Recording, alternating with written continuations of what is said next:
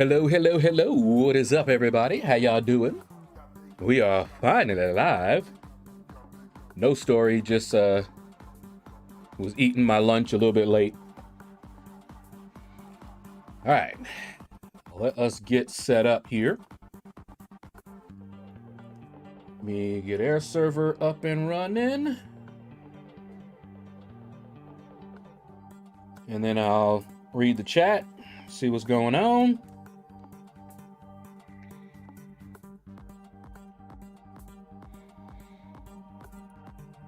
All right, there we go. Everything looks good over there. Whew. All right, how y'all doing? Let me get the, yeah. Let me get the sound fixed. It's really annoying that I have to keep doing this each time. I need to just take some time to go ahead and solve that. But anyway, how's everybody doing today? First one in was Epinosis. How you doing, man? I know I was early, but I left a like at the door when I came in. Appreciate you, man. Thank you. Dr. J, what is up, man? How you doing? Corey, what's going on, man? Good morning, Shadowverse. What's up, T. Smith? How you doing, man? Dropping in for the quick like smash. Have to run my weekly errands, so I may not be here when you start. All right, fair enough. Thank you for that like in the beginning. Schlerm, what's up, man? How you doing? Yep, here we go. Here we go. All right. Jason and Jabari Gaming, what is up, man? How you doing? I'm feeling good, man. How about you? Server maintenance tonight again, great. And this one may take up to 4 hours. At least I'm not going for a champion this time, you know?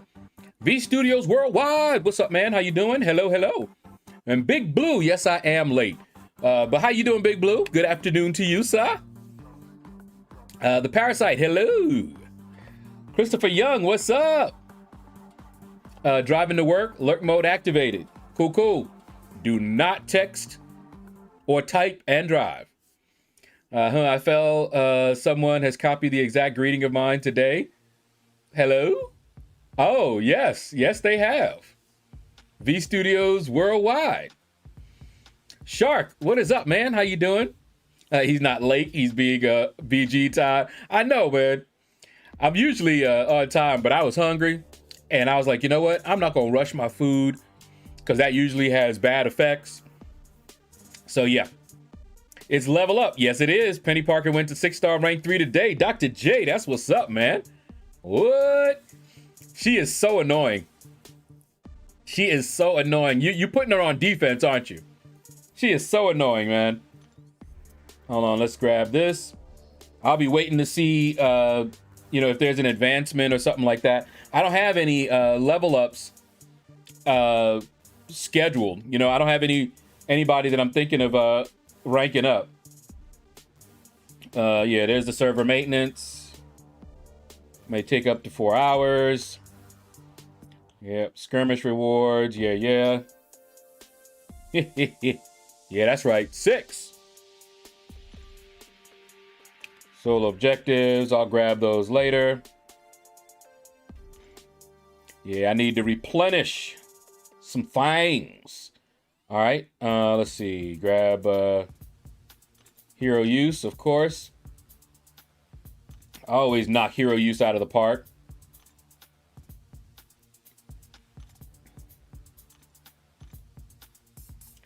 All right, and yep, so we got all that done. Perfect series is about to end. What's coming next? Quest completion. We're not doing any quests right away, and I don't have energy I need to get rid of, so we can jump right into the arena. Definitely AW defense. Yeah, I figured. I'll be lurking for some time. I forgot to do the T1 Alpha Arena. Naughty. Oh, you know what? Let me finish this.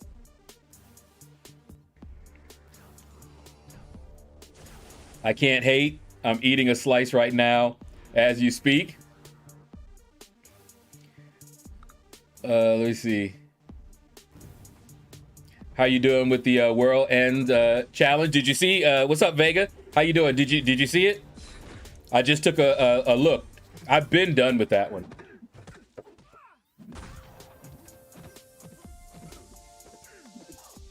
Alexander, hello, hello. How you doing, man? I'm here.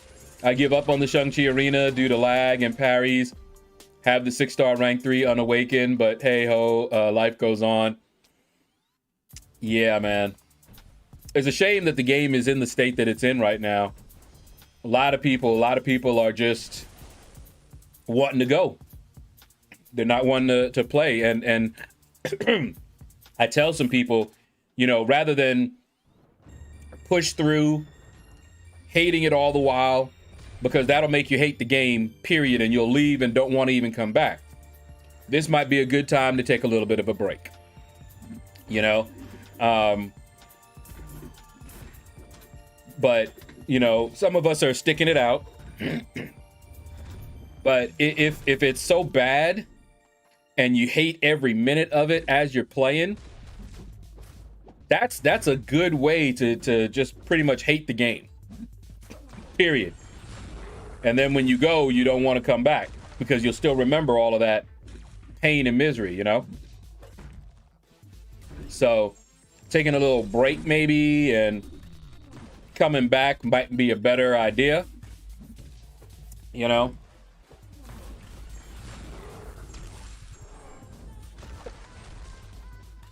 Oh man, let me see. All right, I think I got everybody. If I miss somebody in the chat, let me know. And yeah, Bobby, what's up, Bobby? How you doing, man? I opened up 3 6-star yesterday, and I got Spider-Gwen and Odin, and a 5-star Hercules. That's what's up, man. Those are not bad. Those are not bad at all, man. All right, let me finish auto fighting that. Yeah, I completed a quest. That's nice. But wanted to show you guys, this is where I'm at in Master. Haven't touched Uncollected yet. And I haven't touched Cavalier. So probably sometime later this week, when event quest completion is on, I will probably attack Cavalier. I have tons of energy refills, and that is why I haven't claimed this, because 6 of them, and I'm already capped out, so they would all go into my overflow, every last one of those. So when event quest completion hits later on this week, we're gonna hit up Cavalier, go through it, and I might actually do it a little bit differently than I normally do. I might start exploring right off, you know, explore chapter 1 first, and then move on to chapter 2 and explore that one. I might do that. I might. I don't normally do it that way, but one thing that would do for me, I wouldn't have to keep switching my teams so much. You know, in the initial clear, I have to switch my teams up for every single quest. But this way, you know, I get one that works and we can just run it, keep filling it, you know, and run it until we're done and then move on. And then we don't have to worry about it. So yeah, that's what I'm thinking of doing. All right, let me show you guys. Hold on, let me check real quick. Yep, already done.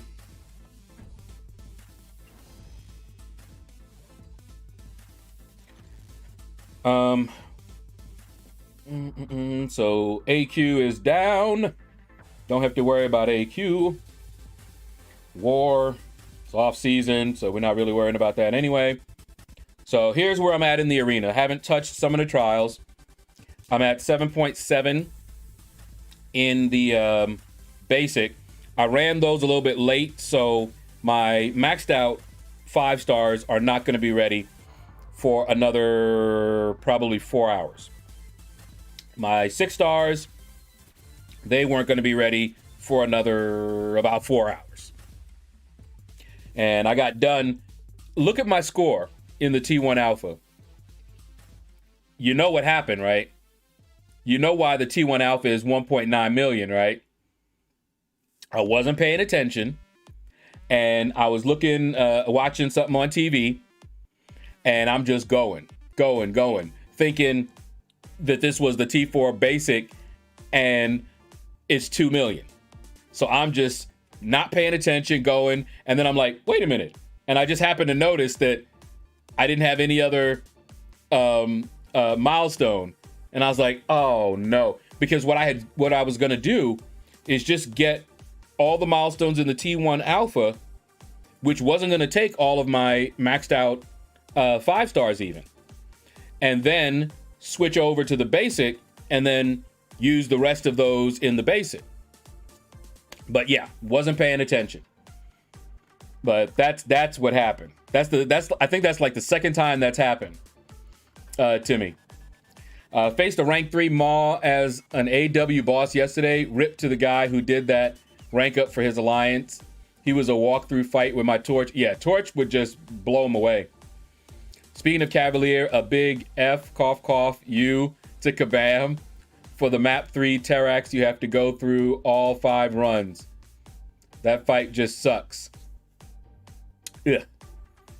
I'm probably going to end up using Namor maybe for that. Wrong arena? Yeah. Not paying attention. I put up 4.5 in the T4 arena once before I realized, yeah. And that's what happened. I was just going. I'm like, yeah, almost got 2 million. And I'm like, wait a minute. It's, oh man.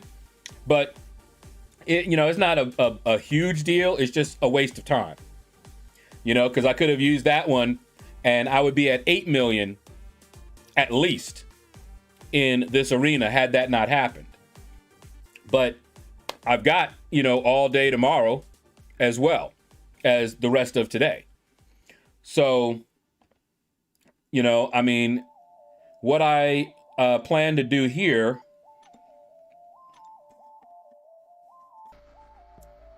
Yeah, see, I got plenty of 5 stars if I wanted to, but these are my rank 3s. I went through my rank 4s and 5s. So I've got plenty of time. And I remember the last time, I think it was in the featured, I have to be careful not to go too high because I want to get the 5-star shards so I can get more featured. More tries at Scarlet Witch. But for Shang-Chi, I think my usual 12 was okay. So tonight, I'll run that again. And maybe I'll finish it up, or maybe I'll just run it a little bit tomorrow morning. If I just run my maxed out 5 stars tonight and my maxed out 5 stars tomorrow morning, I'm good. So might do that. It's the Cosmic map. I used, I used Cosmic Ghost Rider. I had no issues with the Terrax and Cav. By the way, it's been a while. Yeah, Native, what's up, man? I saw you on the leaderboards the other, I can't remember exactly when, but I saw you on the leaderboards and gave you a shout out. Winston, what is up, man? How you doing? Just pulled her? Pull who? Did I miss something? That Terrax took 2 fights for me each run. Rank 3, Cosmic Ghost Rider, and Captain Marvel were used each time. Ugh. I'm not going to have fun with that fight then. I don't really like Terrax. I don't like fighting him. Can't wait to take her up.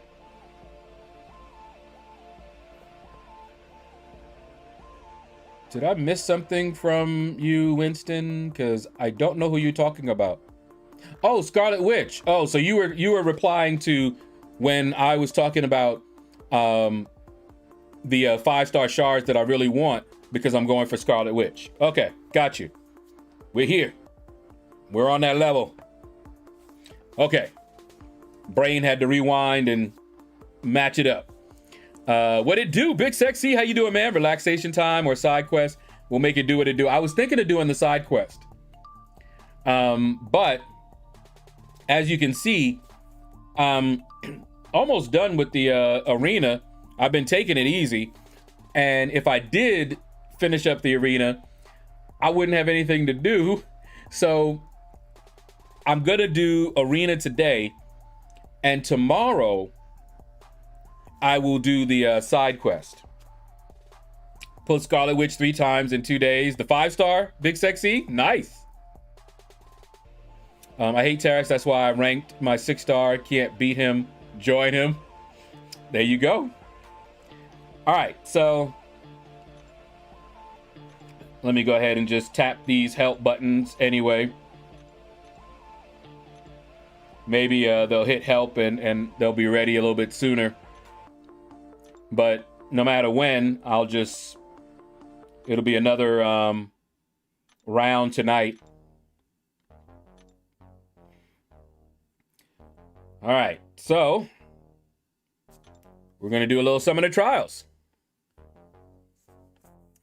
And I really hate the fact that he's there like that, but fortunately, we can do that and get started. But anyway, I'm saving up for, a small opening. I've got 2 featured 5-stars right now. And I should be able to have enough to get another couple of them. So for this Friday, I'll have an opening where I open up a 6-star and about 4 featured 5-star crystals. Hunting for the witch. And I might have a cavalier or 2 also. See if I form one by then.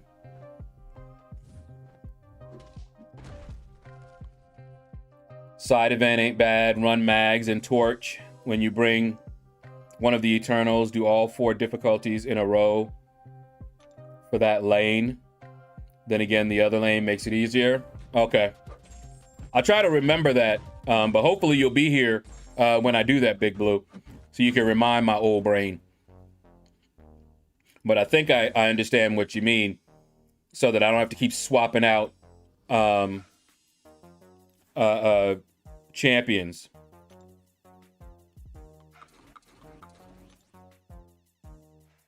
Because I seem to remember a side quest that was similar to that, and I think I did that in that side quest. Where you would complete one. I think at that time I did 1 path in that one, if I remember. Yeah. Okay. I got it. It's similar to it. They did this before. They did something similar before.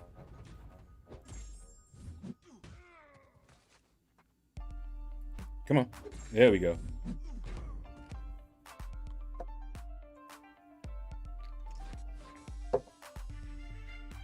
Sprite Zero is the bomb, by the way.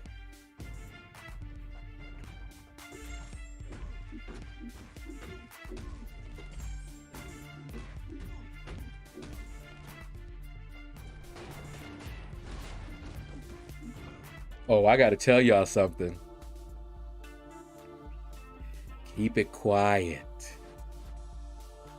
So, this morning, I get a message online from my sister. And she's like, man, you destroyed the bathroom and you didn't even spray. Now, here's the problem.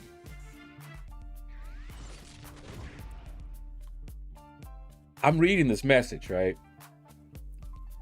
But I haven't gone to the bathroom. Number 2, yet. And I'm like, what is she talking about? You know? And then I'm thinking, well, maybe, you know, we're having a sewage problem. Maybe it backed up and that's what she's smelling or whatever, you know, because I knew it wasn't me. I hadn't done anything yet, you know? And so I'm trying to figure out what I could have done. I was like, well, you know, I was sleepy, you know, all I did was, you know, pee. That was it, you know? And so I'm thinking, well, maybe I passed gas and maybe that's what it was. You know, I didn't remember any of that, mind you, but I was like, I can't think of what possibly it could be. It was her.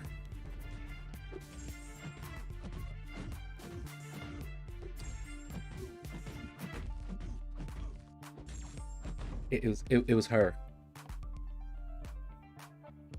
She figured that out when she had to go again, and she saw that I hadn't gone, because it's only me and her using that bathroom. And you know, we're both, you know, taking that metformin and everything. And she said when she went again after her, you know, tummy was rumbling or whatever, and she went again, that's when she realized that it was her, because it smelled just the same. And I was like, see, you done accused your brother of all kinds of horrible crimes, and it was you. And of course, she's just laughing, going, oh, well.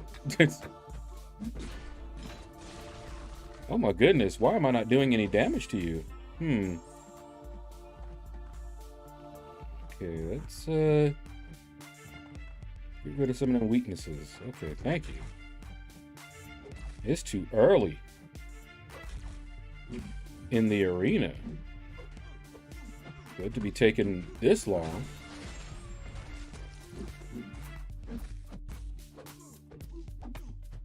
There we go. All right, Bobby, take care, man. Have fun at work.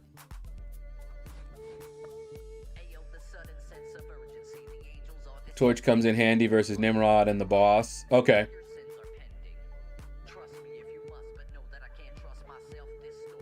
So she made her own bomb. Yes, Dr. J, yes. What is up, LC? Music Tracks. What's going on, man? How you doing? You better hope your sister doesn't see or hear this. Hey, she might, and y'all might not see her no more. She almost didn't come. There was one time, and I don't know, you got, most of you might not remember, but when she would come on with me, there was a time that she actually fell asleep. And it was a live open mic, and she was snoring up a storm, and I was trying to cover it and everything. And I was like, okay. And when she found out, she was like, that's it. I can't come on your stream no more. At a new job, started last week with my local county. Hopefully it'll become permanent. Good luck, LC, man. That's what's up. Get paid, get paid. The Swoosh, what? Haven't seen you in a little while, man. How you doing? Tip Big Blue. Oh, man. We will know what she did if he is not streaming tomorrow. Let's show I am 100% going for 5-star Cersei. Okay. I don't know too much about either of them, so I can't really. You know, I'm going to get both of them as 5 stars just cause. But don't know much about either one. So Cersei seems to be the one, huh? But yeah, I don't know if you guys remember that, but and she actually watched it back to hear it. And she was like, oh my goodness. I said, I didn't know what. At first I thought it was a fan, and then I was just like, oh, I know what happened. I was trying to call her, try to wake her up. Oh yeah, we gotta wait for that to go out. That face me, boy. Vicious.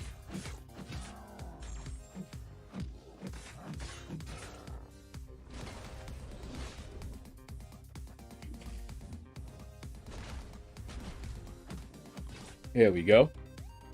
I'm good. Life got busy. We'll try to stop by more often. Cool, cool. Both look great, but Cersei damage looks like it could be game changing. Really? Okay. Her glancing and unblockable specials look very, very Seth. Saw Vega testing her on Bubble Shield. Ooh. Oh, useful. Got it. I was like, Seth? Ooh. Okay. My U key is broken. Got you. I was like, I'm trying to figure it out. I'm like, was he trying to say selfie? But that didn't make sense in the context. Thanks, bro. So far, so good. I'm liking the position. I assist renters, homeowners, and small businesses with COVID funds we got from the feds in forms of grants and loans. Ooh. So you're helping people. I like it. I like that, man. That's a job to be proud of, my friend. I'm definitely impressed with that, man.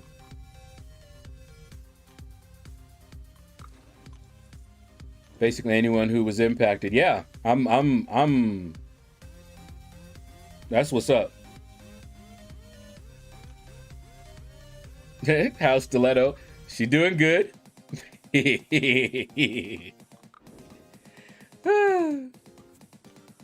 Oh man, that was funny though. Accusing me of all sorts of horrible things.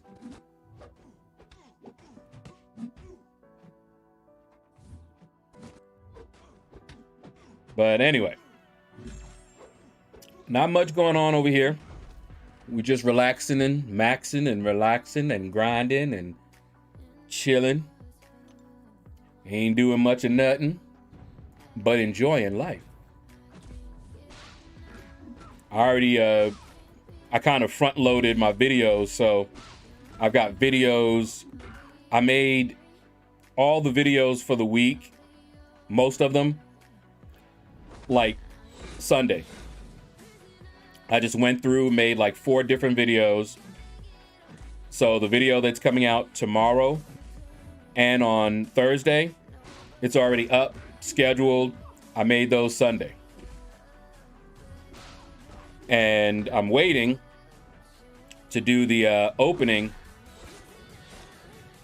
for the Friday one. So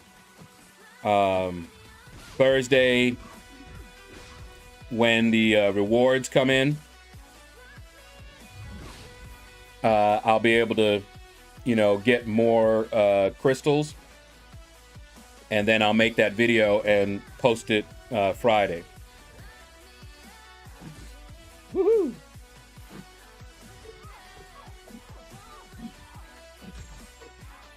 Another thing I was thinking of doing with all those energy refills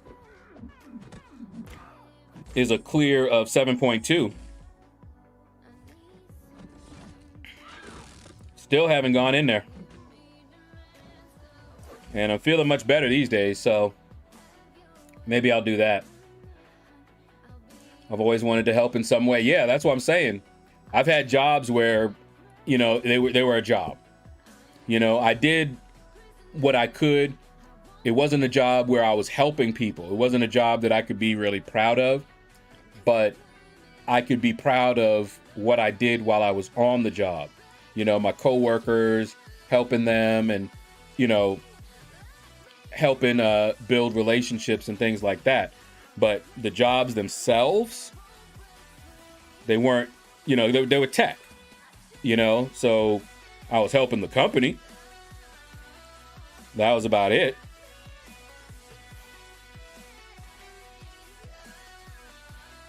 You know, one job was for a lottery company.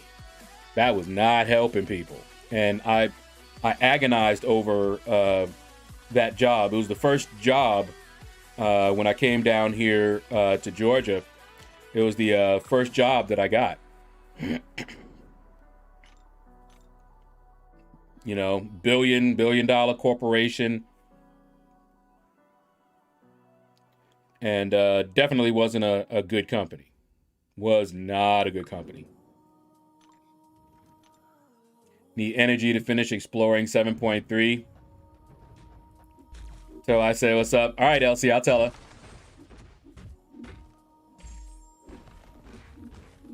Yeah, I just need to sit down and do it, you know? Like this past Sunday, I was making videos for the week, you know? But yeah, I just need to sit down and go through it because it looks fun. It's not like I'm not doing it because it looks like it's going to be boring or difficult or anything like that. It looks fun. Let's see here.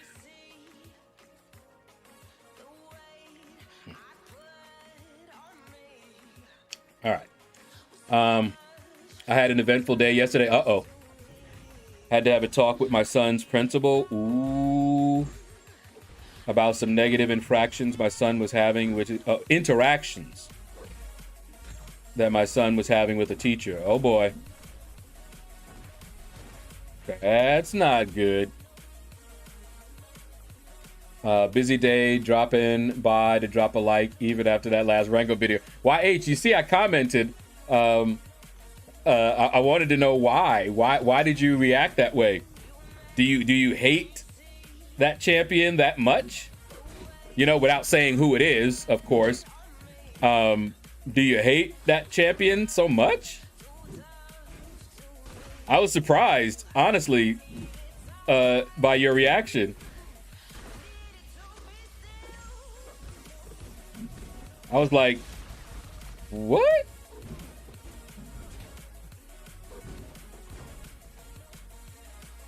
Kid issues at school, always stressful. I'll bet a few years back, my girl was getting bullied. Oh boy. Now that's something that can be very serious. What you need to do is start farming potions to do those long drawn out Karina challenges. Just knocked out another one yesterday. Oh, Canada was not too bad. Yeah. See now those, bleh. I've never been a fan of that type of challenge. I remember people were like, you know, back before you got rewarded for it, folks were like, man, you should try to do, remember when Seaton would do like the 3-star challenge back in the day, you know? I was just like, I'm not into that. Why would I do that? You know, go back through my content with, you know, far weaker champions after I built up my roster so that things could get easier and go back and make it intentionally difficult for myself. Billion-dollar company. They might have been trillion. I'm not sure. This is the lottery after all. They could have done some community service with some proceeds. No, they spent lavishly, mismanaged the money, got bought out. Yeah. I think I was there for about 3 and some years at that same company. And twice, I believe they were bought out or we had new management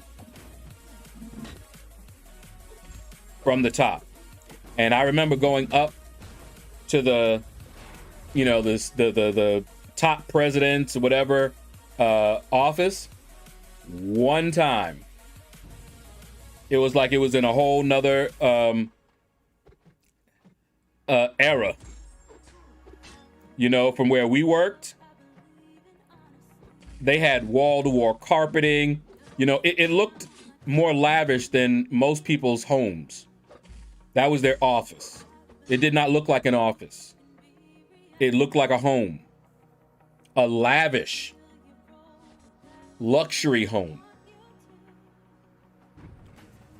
I mean, you just imagine walking up to somebody's business office and seeing this big 60+ inch, you know, TV mounted up, wall-to-wall carpeting, you know, couch, you know, plush. I mean, y'all would have had to have seen it, man.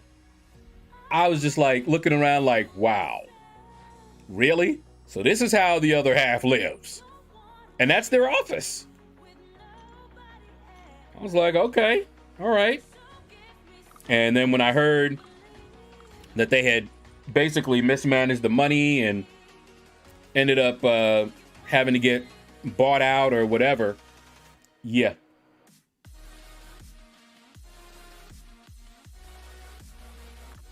Yes, I hate that champion. I was legit shocked. For whatever reason, I had a visceral reaction to your rank up. Makes sense why you did. All good. Okay. Wow. All right. All right. Fair enough. Fair enough. When I saw your comment, I was like, what? I was like, man. I was wondering. I was like, did he do something to him? I was like, wow.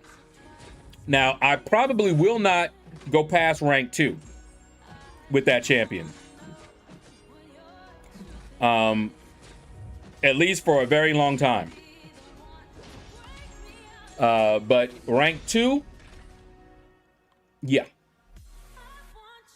My son is no longer in that class and the teacher is currently being investigated. Oh, it's like that.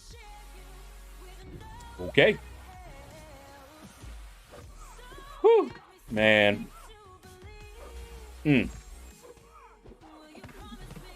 That does not sound fun.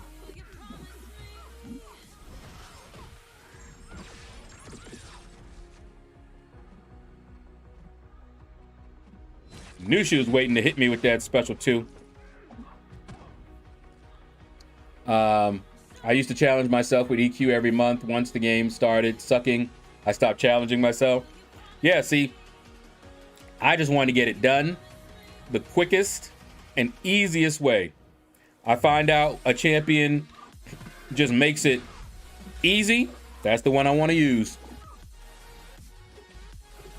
I don't usually try to challenge myself like that. Challenge myself maybe to use as few resources as I can, but intentionally going in with lower ranked champions, lower level champions, lower star champions, that was never something I wanted to do. So when those Karina challenges came, I was actually upset. I was like, man, really? That's all y'all could do? You know, I was mad because that just wasn't my thing. Other people were loving it, of course. I just was like, ugh. And then the prize, you know, coveted prize. So I felt like I was going to be behind, you know, and that's when Big Blue, that happened that you have no knowledge of, that you know nothing about. And that kind of evened it out, believe it or not. So you can understand. So, you know, not doing those hasn't set me back any.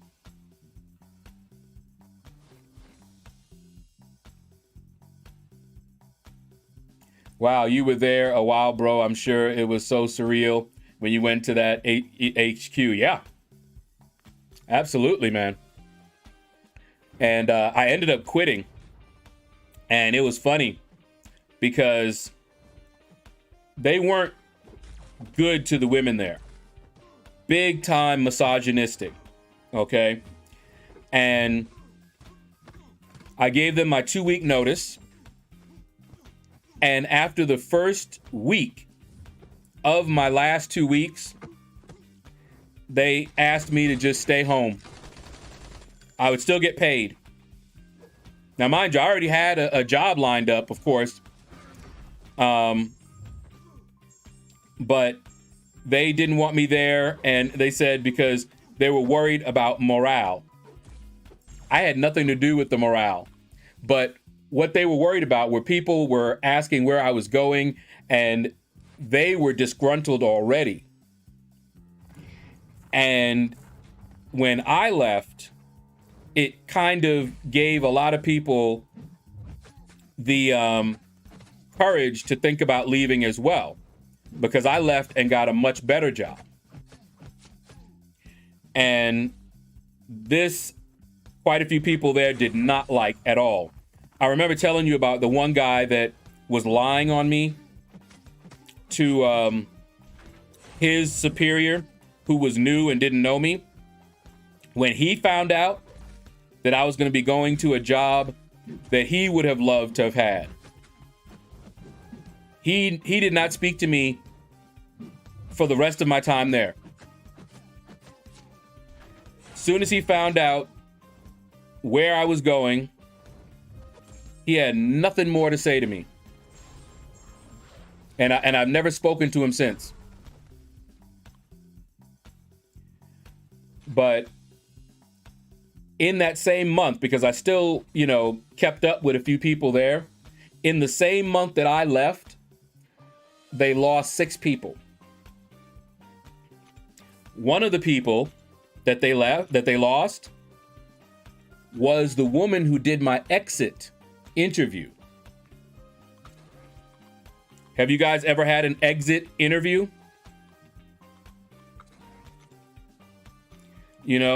Most companies these days don't seem to do that kind of thing. Ooh, wait, no, that's not what I want to do. But this was a big company, and they did an exit interview, and we talked for a while.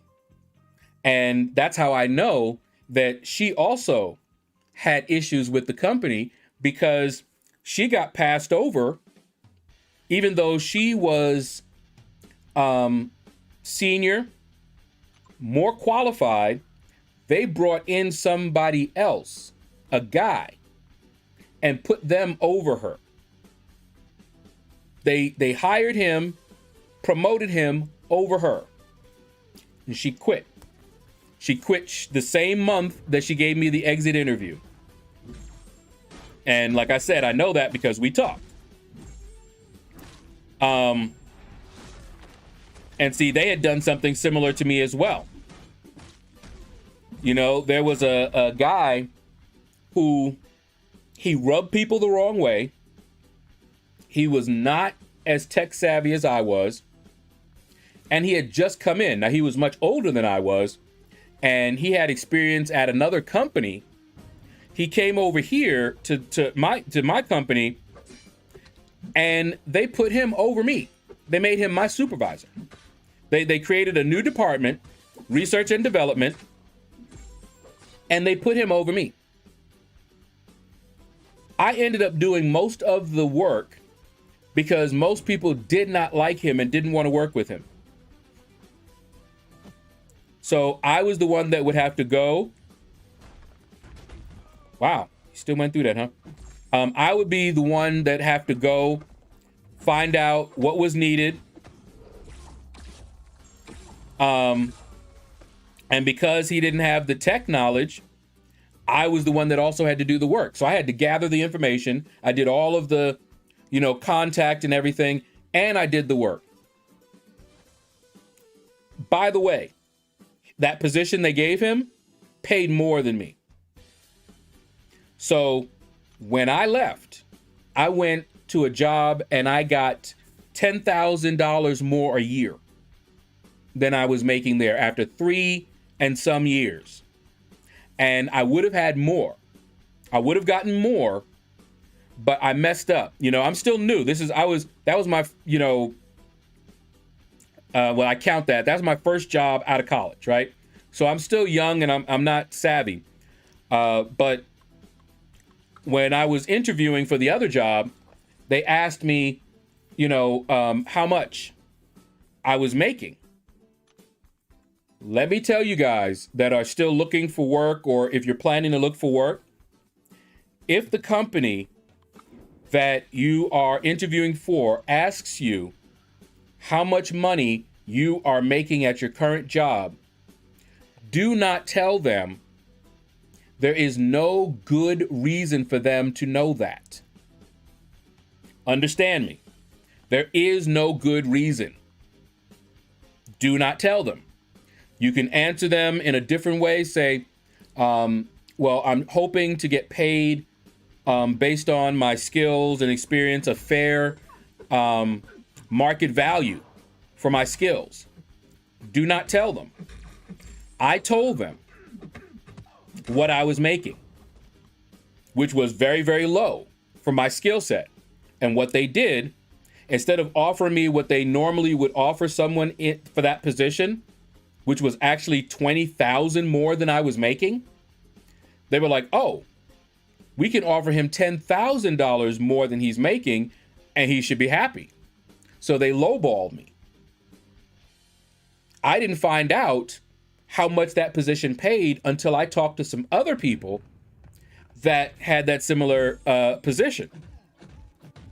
And I was like, whoa, they really got me good. So never answer that question, because there's no good reason for them to ask that question. But I did still get a nice big raise over what I was making at the previous job.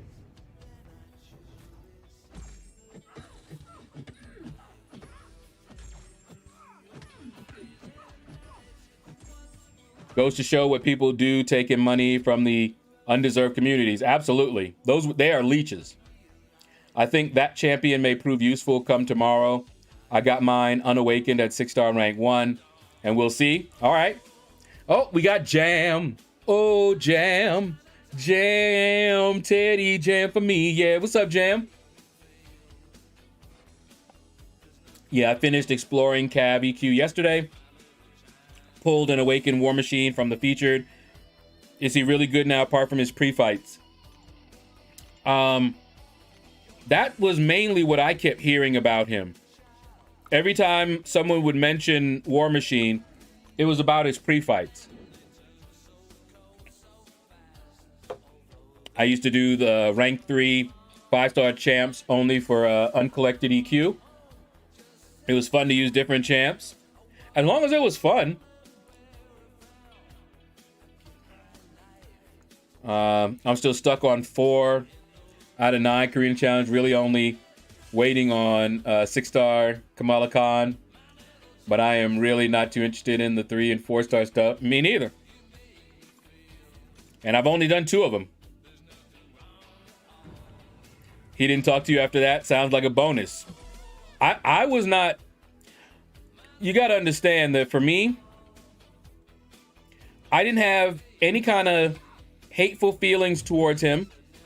I didn't feel any kind of way, even knowing what he did. I could see that he was jealous. Okay. But I didn't have any kind of issues with him. He had issues with me. And that was between him and God, not me.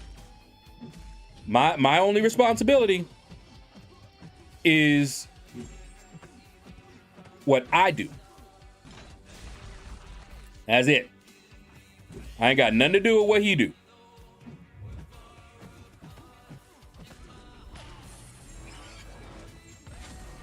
So I would have still talked to him if he had wanted to talk.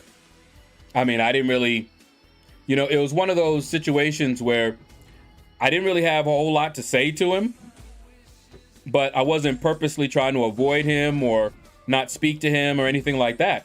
If he had come over to me and be like, oh man, that's pretty cool. What do you think you're going to be doing? Blah, blah, blah. I would have been talking to him. But sour grapes, for real.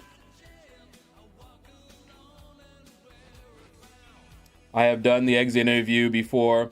Those always feel awkward. Not for me, because I'm already leaving. I've already decided to leave, right? I already have another job lined up. So this interview was a chance for me to explain my side, why I was leaving. I got to tell her about all kinds of stuff. you know, that went down. You know, because a lot of folk they didn't give me a chance to tell anything. That, you know, there was some stuff that they put on my review that I didn't get a chance to explain. Now I did. You know, didn't really matter. You know, nobody was going to see those reviews, but I got a chance to at least explain.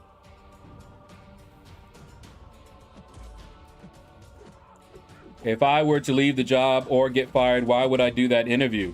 I just said, because I got a chance to, because the interview is for them.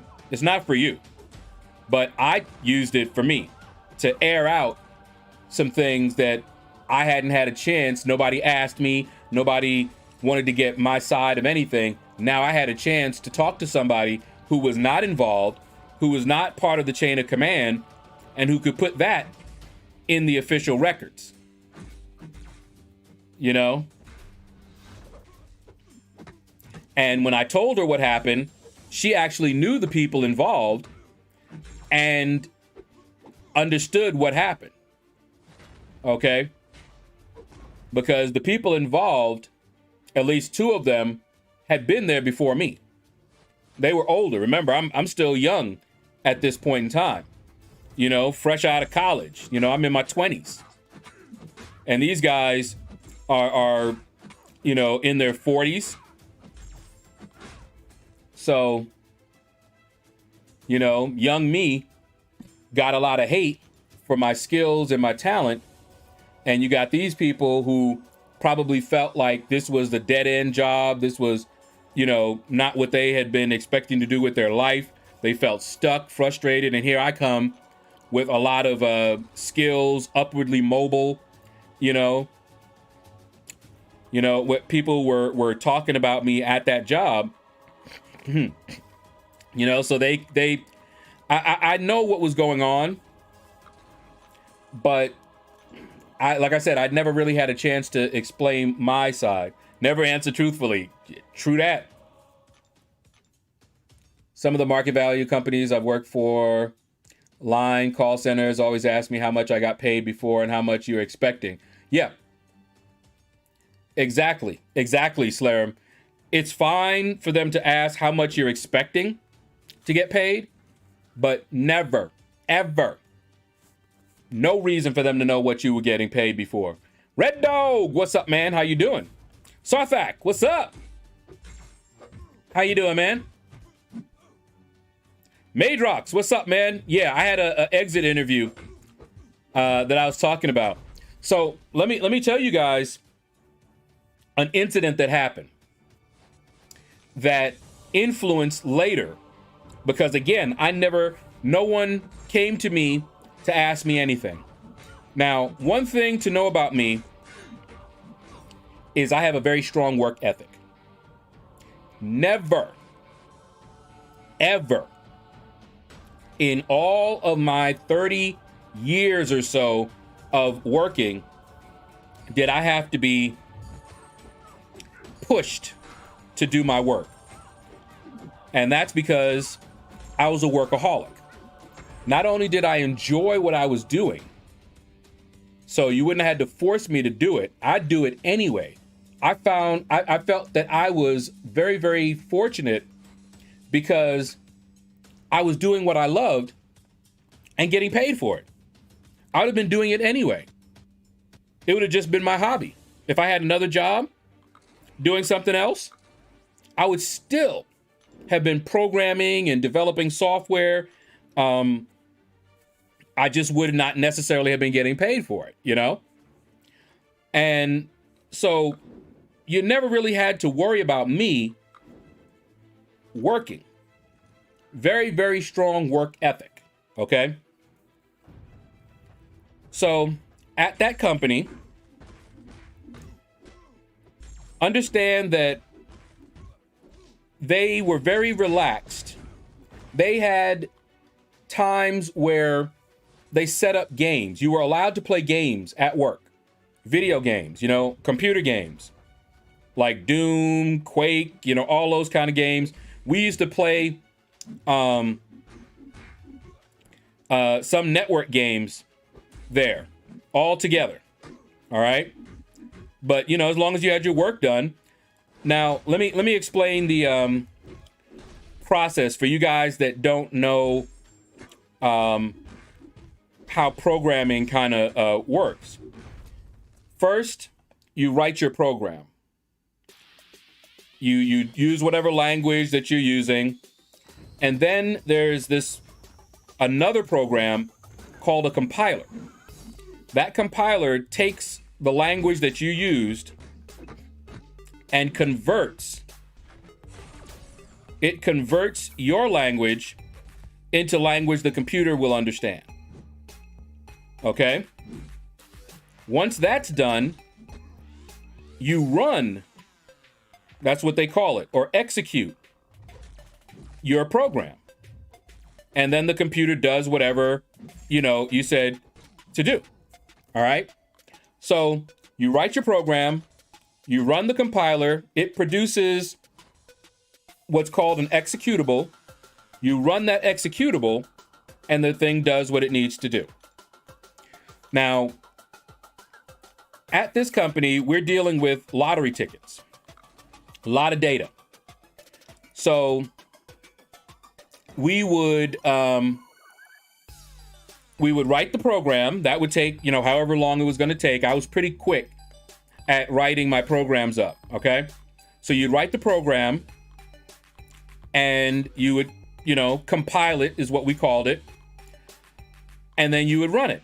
Now, everyone was on the same server, and the program produced a lot of reports. It would chew up the data, do all the, you know, logic that you told it to do, and in the end, it produced reports. And that program could take hours to finish. So once you've written it, and you've compiled it, and you run it, you now have to sit there and wait for hours for it to get done. So the policy was that you could do whatever while you were waiting. You know, there was nothing for you to do. And once you got done, you know, once it was done, then you went through the reports, made sure everything looked okay. And if you found something that was wrong, you would have to go through that process again. You'd have to go back, rewrite your program if you found an error or something that slipped by you, and then you would run it again, and you'd have to wait another few hours for it to be done. Okay? So, it was okay for you to do other things while you were waiting. And everybody can tell if you're running your program, because the naming scheme for everything, each person had a lottery game assigned to them. And if you wanted to see the, you know, what was happening, it was very easy to see that. Like I said, everybody was on the same server. So if I was running, you know, game for Pennsylvania, you know, it might say PENN 1050, something like that, right?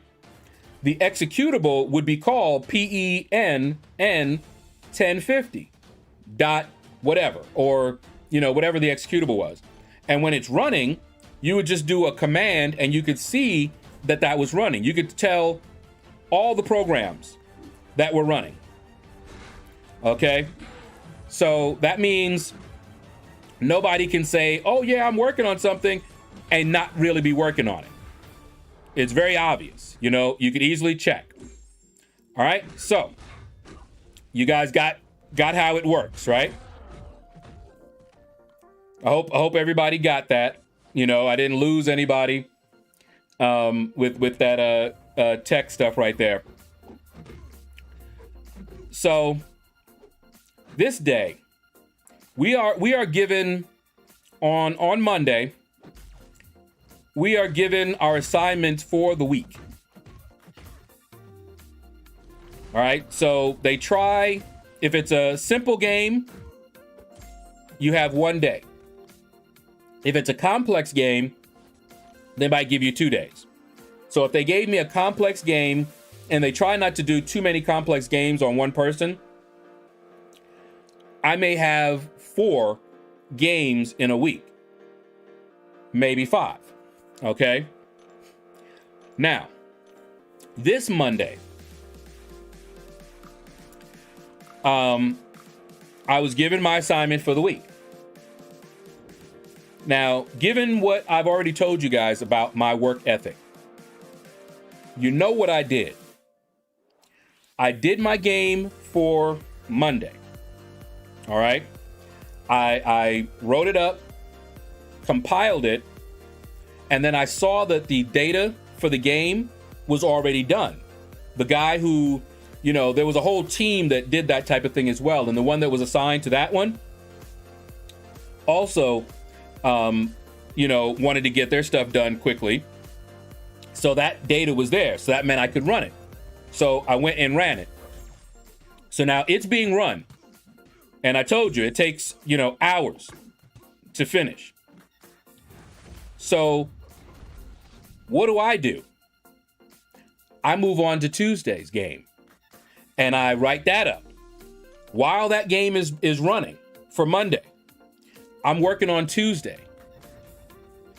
And I went ahead and got that one running as well, because I saw the data was there for that one too. So now I have Monday and Tuesday running. So I'm ahead of the game, right? Then I went and got Wednesday and Thursday. And there wasn't any data for them yet. So that meant that all I could do at that point was to get the game coded up and compiled, but I couldn't run it because it wasn't, you know, ready. I mean, this was days in advance. They weren't even scheduled to do it yet. So I coded everything that I needed to do for the week. I had 2 games running, Monday and Tuesday.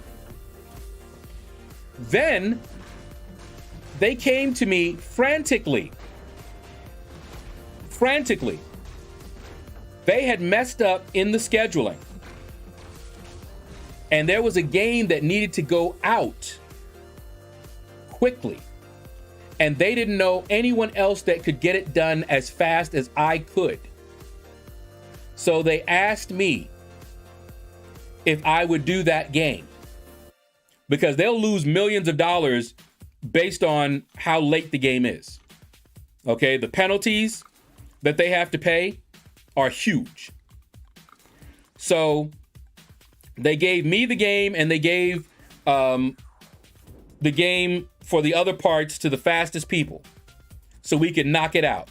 So I coded up the game that they gave me while my game was running Monday and Tuesday. And I did this emergency game and ran that one.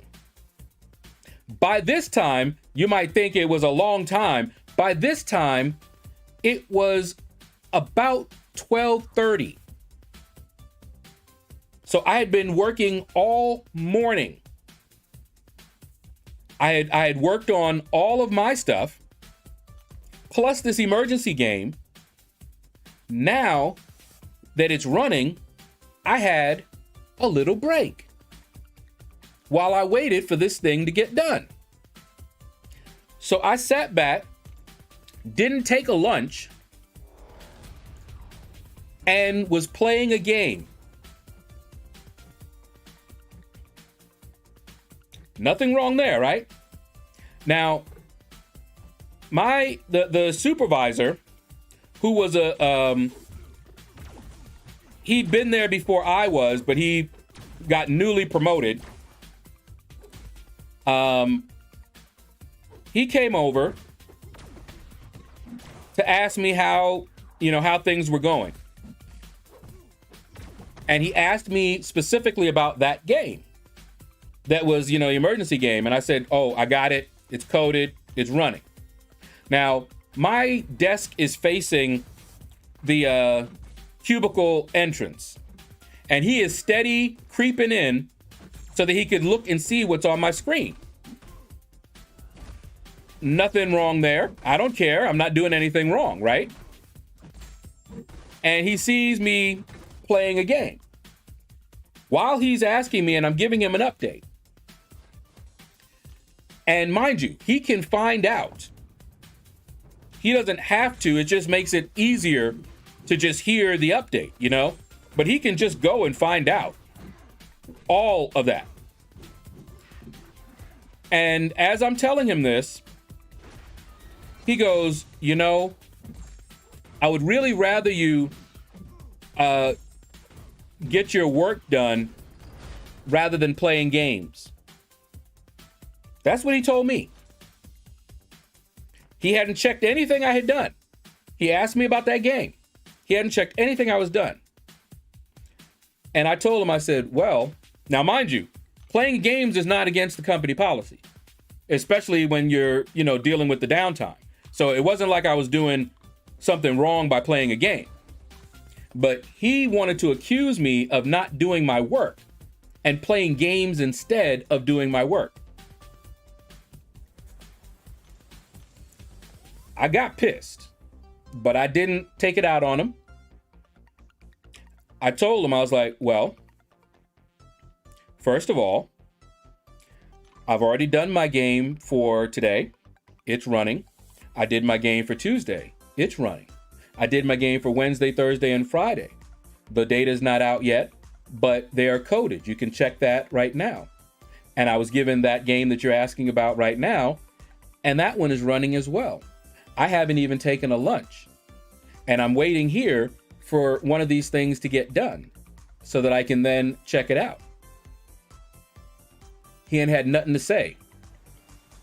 What could he say, right?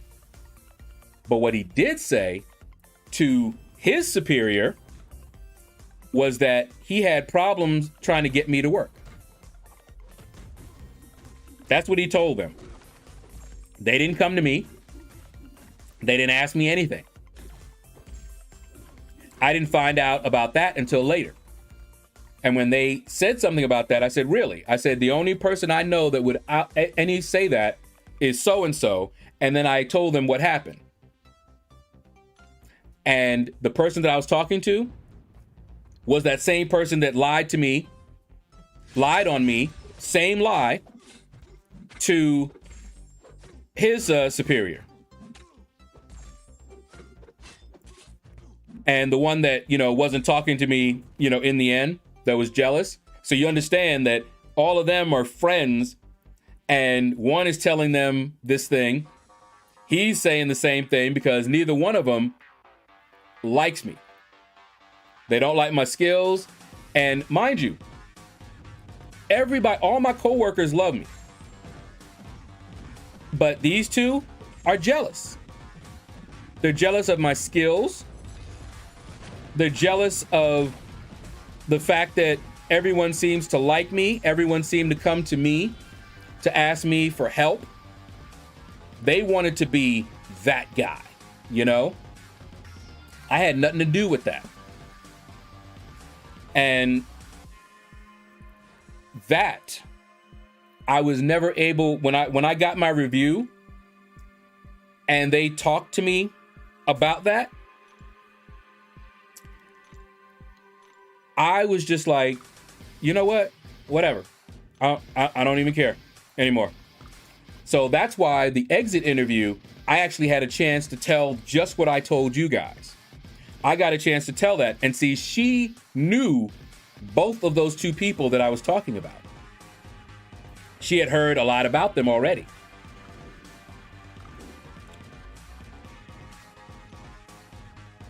Temple, what is up, man? How you doing? Native, all right, man, take care. Red Dog, this story is stressing me out. I understand the need for politics, but I can't stand it, and I hate drama. Red Dog, this was my first job out of college. Okay? I have lots of stories like that with my other ones. I got so burned out I've had people lie on me like that because they know that that's the one thing that will cause, that's the one thing that upper management or whatever would take notice of, and they often are not in contact with me. So, you know, my supervisor or my boss can talk to them, and I would never be able to, he dexed that, okay. And I would never be able to tell them my side because I don't talk to them. You know, like the president, CEO, or, you know, any of the upper management, I might not ever see them. And if your supervisor wants you gone, they have to make a case for it. When you're working in corporate, they have to make a case for it. And that way they can present it and say, look, we got a person, he doesn't work. He sits around playing games or reading books or, you know, whatever. And then they, not knowing anything, they're relying on this person's report, would be like, okay, well then we got to let him go. You know, that is the kind of thing that happens. Now, I never got fired in these situations. Never, ever have been fired. I always left because I knew when I saw certain things happening, I'm like, y'all trying to set me up. So I'm gone. That would be another reason that they were angry, because I slipped their noose. Before they could make a case, I slipped out and went to bigger and better things than they had. So you can understand why he didn't want to talk to me, right? So when you guys, you know, ask me, hey, you ever think you'll work back, you know, in your field, you know, back in there? I still got PTSD. I seriously do. When I think about working back at a company, I honestly start shivering. Straight up. You know, I might be able to do something, you know, it wouldn't be corporate IT or anything like that. You know, maybe I could get a part-time job, you know, at a store or something like that. You know, something that I could do just a little bit, you know, maybe 10, 15 hours a week. I might be good for that. But going back into that or contracting, you know, doing some contracting work, I might be able to do that. But going back into that kind of environment, I literally start shivering. You know, now that I'm taking something, it's not as bad, but I honestly would start having panic attacks. Just thinking about it, I would have panic attacks. I remember, you know, in the Avengers, do you remember? What? Not Avengers, Iron Man. Do you remember when he had that issue? He started having those serious panic attacks. See, I understood what was happening with him, because that's what happens with PTSD. Any severe trauma that you've gone through can cause you to have it. You know, it's not just for people who, you know, fought in a war or something like that. It's any severe trauma can do that to you. And if you've had that trauma for a long time, it just makes it worse. Eric Smith, what it do? How you doing, man? Lethal Pain. Hey, now there's a name I recognize. How you doing, man? What is going on?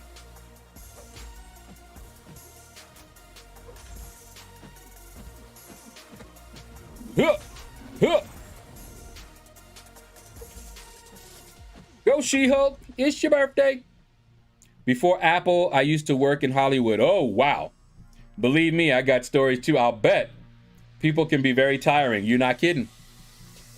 HR exists to protect the company, not the individuals. Napkin thief, what is up? And you are true. You are right. You know, I had to go to HR a couple of times, and they never were on my side. Never, ever. By the time I would go to HR, it was usually a last effort before I was about to hit up my headhunter and leave. You know, that's when I would go to HR. I'm like, let me see if they can help. Maybe, you know, nope, you can't help. All right, good. I already know what I'm gonna do. And that would be that. So yeah, never fired. Always I quit. See that writing on the wall? Yeah, buddy. Breaks over. I deal with the exact same thing right now. I'll bet, Temple. I heard a little bit of what you were talking about. That's why I asked you what you were doing now, if you were still working for that company. But, you know, and I was telling you, you know, now that you've been working for a while, you now have stories too. But I used to tell you, you know, back before you had started working, that I had stories, and that's why. It was horrible for a long while. It was horrible, and but I would do it. You know, the work itself was fun. I enjoyed it.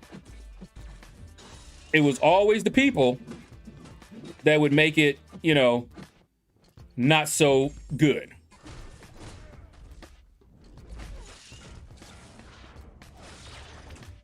I remember before I even moved down here, the politics, man. This lady took a disliking to me because I wouldn't answer the door. You know, I didn't know anybody, and it was like my first week over at this location, and I was trying to learn the system, and there was a knock at the door, and I had skipped lunch or whatever. Like I said, I was a workaholic, and I was focusing on my work, and I'm like, I don't know who that is. And there was nobody in the office at the time.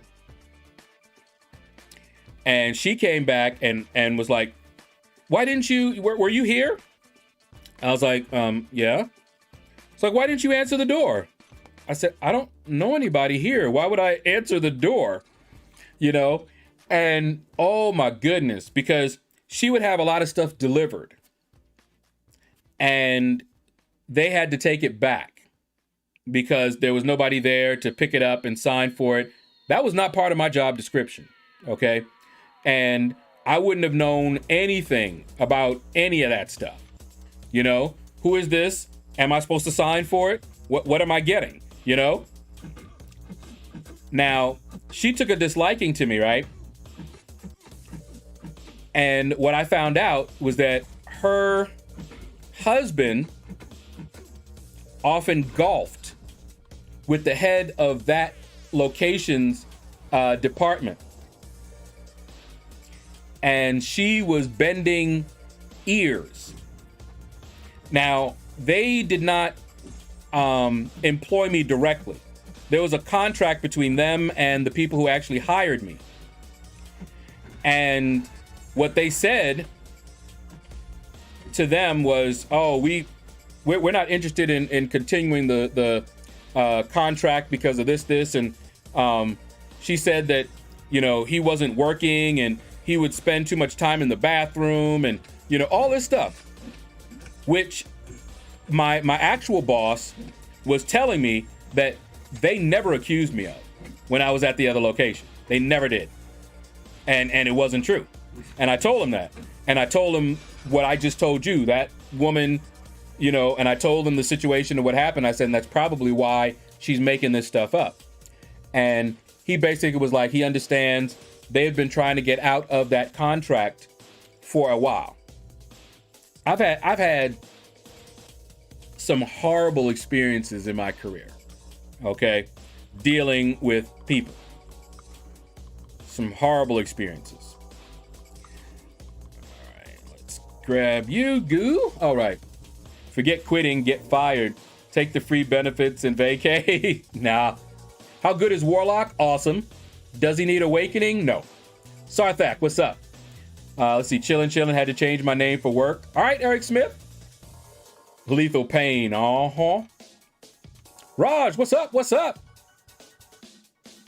I've got stories from my consulting days as well. Worked at Microsoft. All right. Novell, PeopleSoft, JP Morgan, and a few others. I've worked with people that worked there, especially Novell. With networking, especially. Amazing what is out there in the business world. Yep, many stories. One is where I started working at home with Home Depot. They are apparently super strict on attendance. Cool. So I went to lunch, and when I came back, they were paving the parking lot for my apartment complex. So it took me a minute to get around them and get back. I was late by 4 minutes, and I got an email from my superior, and he emailed his supervisor. His supervisor emailed me asking me to tell why I was late for this inexcusable absence. Wow. So I told her about it. My superior now emails me saying that he spoke to me multiple times on being late. CC'd his supervisor in it.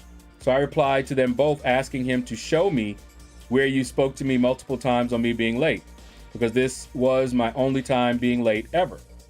Just because I replied in that way, they said that I am no longer employed with them because they think my attitude is no longer good for the phones. Yep. There you go. I'm definitely not upset that I'm not working in my field dealing with that. But yeah, that sounds about right. They basically set you up. And of course, Georgia is an at-will state, so they can fire you for stuff like that. You know, they may have to do paperwork or whatever and give some kind of a reason, but that's it. And you know, so they don't even have to give you a really good reason. You know, now if you suspect them of you know, prejudice or some kind of thing like that, that's one thing. But yeah, in Georgia, it's at will. They can just say, you know what, we just don't think he's a good fit for the company anymore.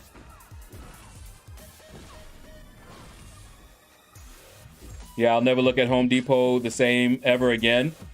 Yeah, and I've heard similar things with Walmart as well. Really bad stories from Walmart. But I had a similar story, Temple, when I worked at Bell South. It started with when Bell South decided to outsource to this other company. They started asking people if they wanted to go over, you know, and do this. You know, it was going to be a contract. You'd still be employed with whoever you were employed with, Bell South or Anderson Consulting or Accenture. And you'd be working over there for however long the project was going to last. And at first it sounded okay. But then I started hearing stories from people that had gone over there. And many of the things that I had learned to dislike from my previous job, I made sure when I was looking for a new job that it had flex time, for example. You know, so I didn't have to worry about what you just mentioned, because my first job was like that. If you were late even 1 minute, technically they could write you up. So I was always early, unless traffic, but I was always there early, a good 30 minutes early. So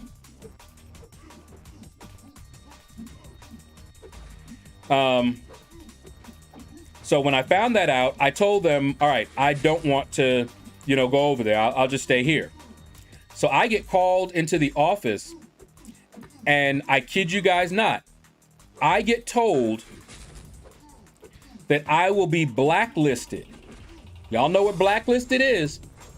blacklisted if I do not take that position over there. They were like, it's a programming position.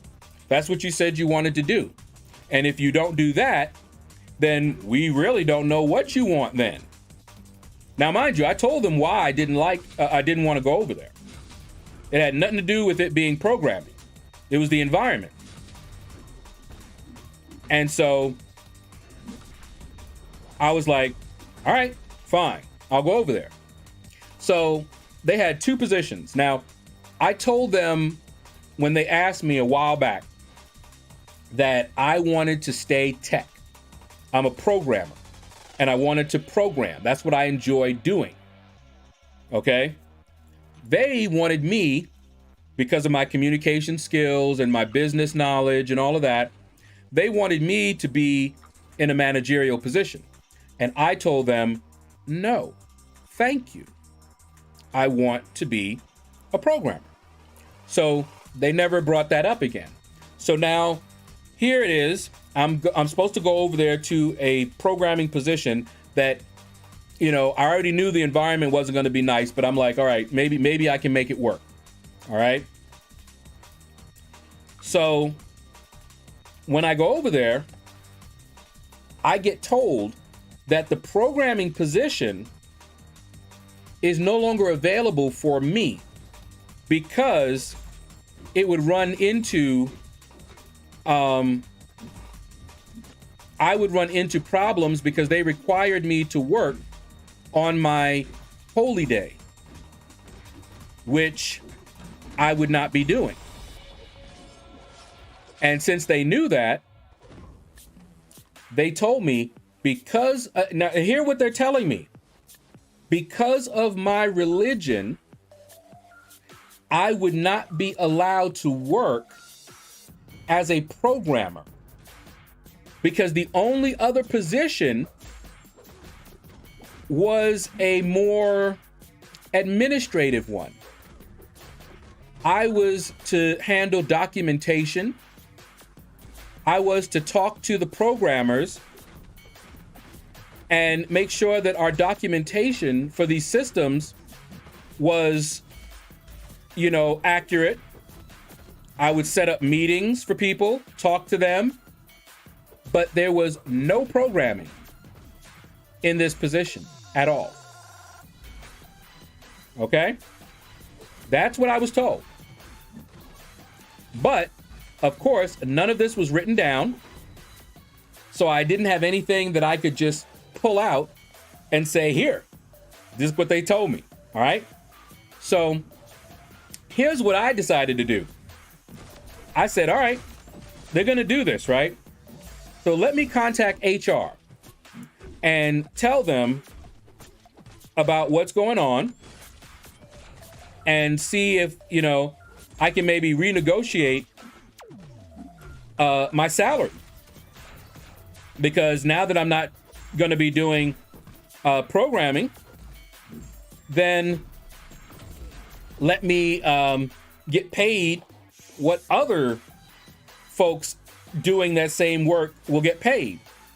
HR told me, I'm sorry, we do not renegotiate contracts. I said, okay. Hello? Yeah. Can you find me a new job? Yeah. I'll send you my resume.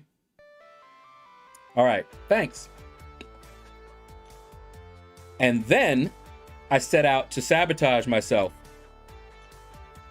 so that I would get removed from that location and put back at the main location. Now, here's the funny thing that happened. It worked. I made it very clear that I did not like it there, that I did not want to stay there. But I wasn't doing anything that would give them enough reason. And now, mind you, I'm trying to self-sabotage myself, but I wasn't giving them enough of a reason to get me out of there, okay? Now, mind you, I made it very plain for everybody that I wanted to be sent back, okay? It was not a secret. I did not hide it at all. Everyone knew. I talked to even my liaison there,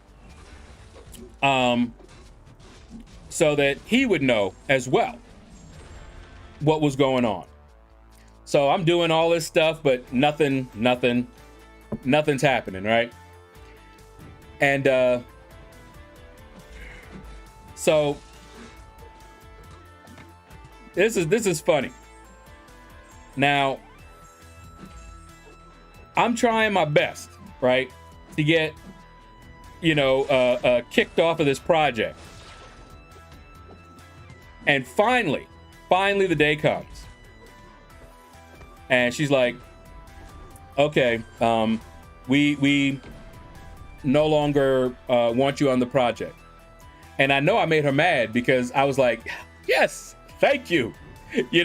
I seriously did that, guys. I was so happy. Now, I got sent back over. And of course, after, getting back to my office, getting back to my desk, because I got back my old place, I get called into the office. The same folk that told me I was going to get blacklisted, okay? They brought me in. Now, my old supervisor wasn't there anymore. A new supervisor was there that I knew her, but we had never really met because she had worked there before, but we didn't really work together and we didn't really talk or anything like that. So I knew who she was, but this was her first time being a supervisor over my old, which was now my current group there. And so he brings me in and they start talking about, he starts telling me the complaints, Now, mind you, I already have my headhunter looking. So I don't really care what he has to say because I've already made the decision to leave. Even if he fired me, okay, I would still just go home. And when the headhunter, hooked me up, we're good. So he's talking to me and he's telling me about this stuff, right? And I'm listening and I'm laughing, right? Because the stuff that I was doing, that I was actually doing to try to get myself kicked off the project, that's nothing that they were mentioning. They were lying. They instead of using the stuff that I was actually doing, apparently I didn't do a good job of sabotaging myself because they had to lie. Here was one of the lies. So, one day, I had, I'm trying to remember exactly the details, but I had come into work and then went home for lunch because my house is nearby where we were working. They actually, the location was like maybe 10, 15 minutes drive from my house. So I love the location. And if I remember right, there was a problem with trying to remember Temple. I was still living across the street from you when this happened. I think there was either a fire on our street or there was something that caused a lot of traffic and I wasn't able to get back until a little bit later. That's what made me remember this when you were telling me about the paving and all of that. So I sent a message to my supervisor telling him what happened. And he sent me a message saying, okay, just stay home then and come in tomorrow. And I was like, okay. So now I'm at this guy's office. And one of the things, the complaints, was that one day I just took off after lunch and didn't come back to work.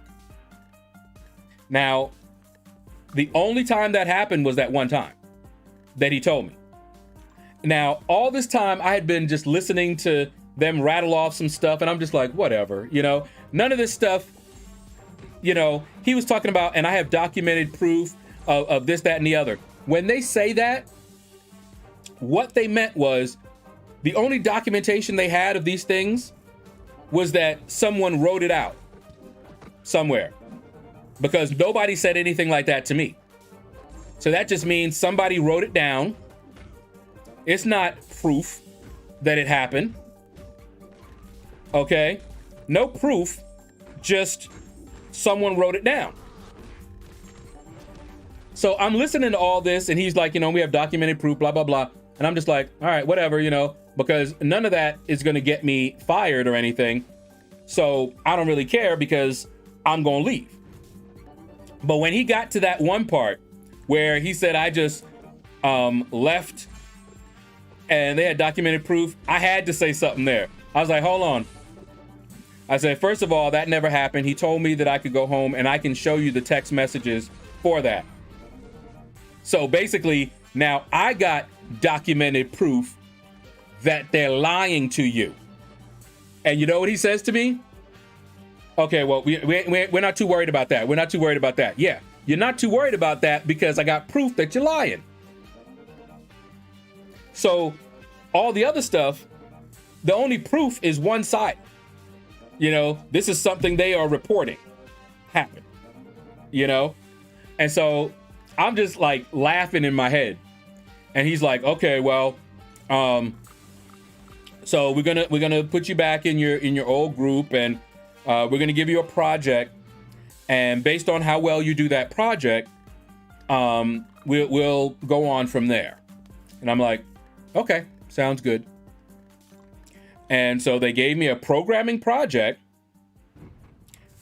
and I did that project well just before I left, and went to a job and got instantly a $27,000 raise. Are y'all hearing me? That's how they lowballed me. I went to a job and was now making $27,000 more than I was making at that place. But they don't renegotiate contracts.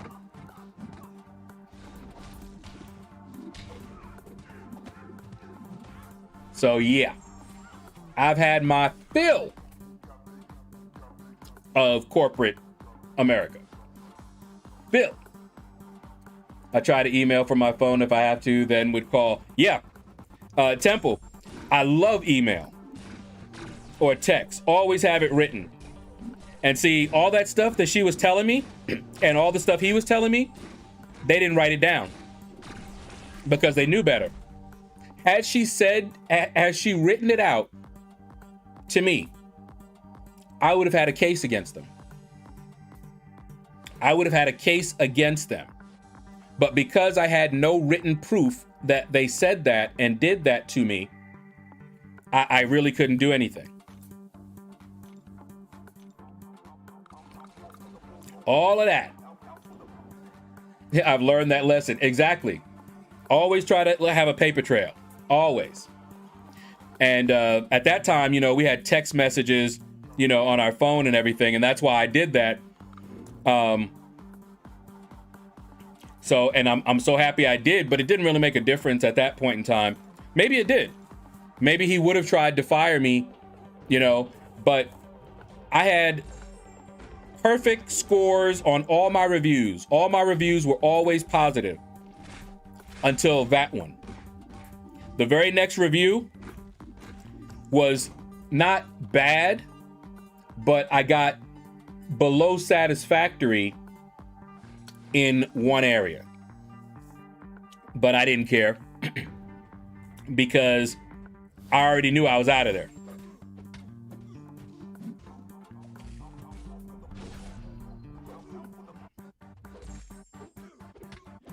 Learned and learned and learned.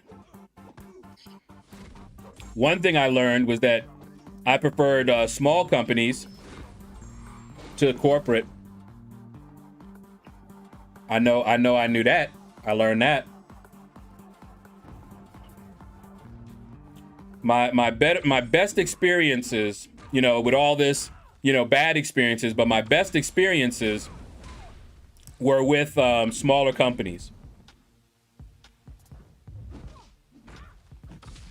Even when I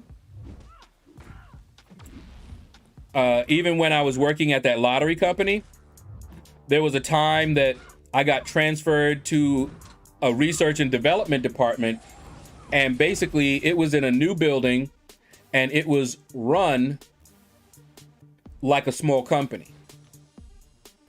It was apart from the main building, so we had no dress code. We had complete flex time. My boss over there, just to get you an idea, my boss over there said, I don't care when you come in. I don't want to know when you come in. All I want to know is, are you getting the work done? So he didn't care. He didn't care whether we came in and got the work done, if we worked a little bit at home and got it done. He didn't care.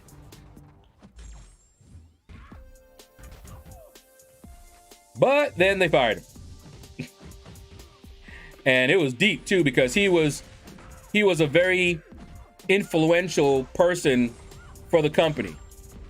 His picture was in the hallway. That's how influential he was. And I don't know whether they eventually, you know, rehired him and did whatever, but I know that for a little while they hired him as a contractor, even after they fired him. He was key to their success. Okay. I don't know what politics were going on with him and them or whatever. But they dismantled that group. There was a mole there. And we know who the mole was. Because when we went back over to the main building, he got a promotion. He got a promotion by stabbing that guy in the back. It was, yeah. It was something else, man. And it was when I came back over that what I was telling you with that guy that got put in charge of me, that's when that happened. I came back over from there, and they decided to create their own research and development department and have me there. But then they put that guy over me, which they really should not have done. And of course, I had been over there for a while. And when I came back over, that guy, there was a new guy who came in to oversee that entire department. And that's who my old supervisor, who was jealous and lying on me, that's who he was lying on me too. Because that guy didn't know anything about me. But another supervisor was telling him that what that guy was saying was not true. And he told me that. He said, he called me in and he said, look, I'm hearing one thing from one person, but then I'm hearing the complete opposite from another person. So what I've done is I've decided to just let you show me, you know? And I did. I showed him exactly, because what the guy said wasn't true.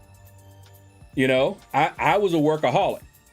Not only did he see that it wasn't true, he saw that it was so far from the truth, you know? And then he called me in a little bit later, gave me a company telephone even. And he was like, yeah, he said, I see what the truth is. But guess what? I had already decided to leave. Once they fired my boss over there,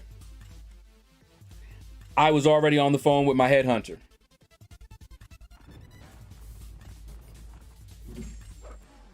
Man, I remember that so well, man.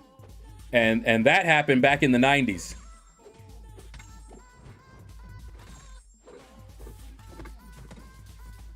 Hairstyle below satisfactory. Jobs for the boys. You weren't one of the boys. Exactly. Exactly. One thing, Dr. J, that I was never good at. Brown nosing. Brown nosing, not made that way. When I get there, I do the work. The work to me is more important. And that caused me more trouble. You know, I was, and I learned this. You know, this is fresh out of college. I had one guy, right? He showed me a program he had written.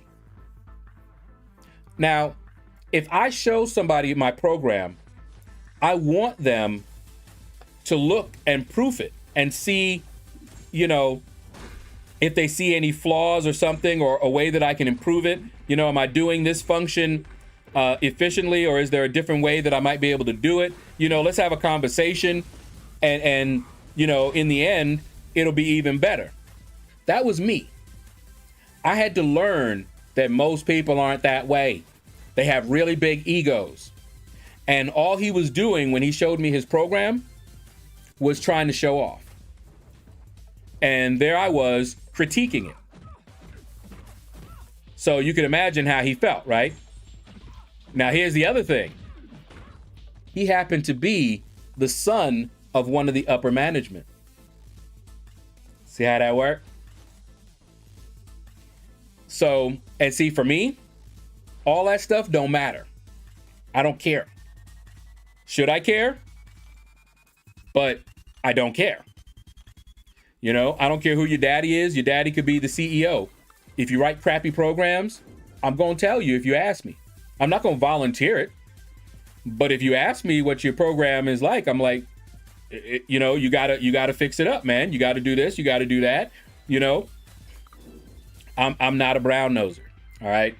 Doesn't really matter. I will tell you, if you dare to ask me, I'm going to tell you my honest opinion. If you don't want that, don't ask me. I'm not going to run over there and tell you, you know, I'm not going to go looking at it and be like, hey, man, that program over there I see you wrote, man, that was it. No, I'm not going to do that. But if you come to me with your program, then I'm going to say something, you know? So I never did well with that. But that guy that they put over me, he did. He brown nosed like a champion. Okay? And he networked and he did all this. So while his skills weren't there, he knew how to work it. You know, he got to the place where he was going out with some of the upper management, you know, to different functions and everything. That's what you have to do. Me, for one thing, I was too young. All of these guys were old enough to be my dads.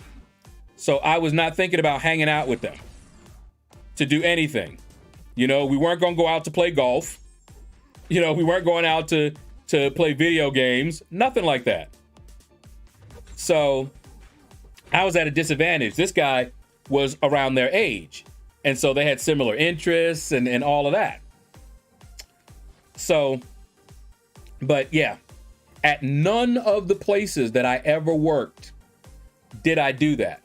For one thing, I was a little old school. And for me, there's a separation. I'm never buddy with my boss, even if I like him. Just there's just something, you know. And so I've never been the one to, you know, just go hanging out with my boss. You know, let's go out and just do this. I would feel really awkward doing that, unless I knew them beforehand. You know, if we were friends beforehand and you know, they became my boss or something like that, cool. You know, and I've had some cool bosses. You know, it hasn't been all horrible. You know, I've had some really nice bosses, like the one that I mentioned, you know, but he was also you know, into my father's age at the time. So we wouldn't have hung out, but he was awesome. And when they fired him, I saw the writing on the wall. I was like, oh no, they're about to get rid of us.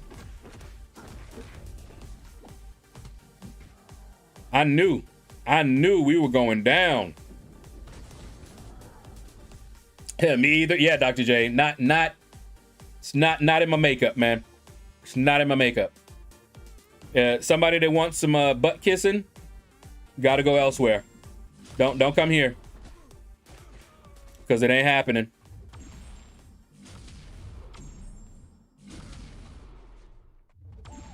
But, you know, if you want to make it in some of those situations, you got to learn how to do that.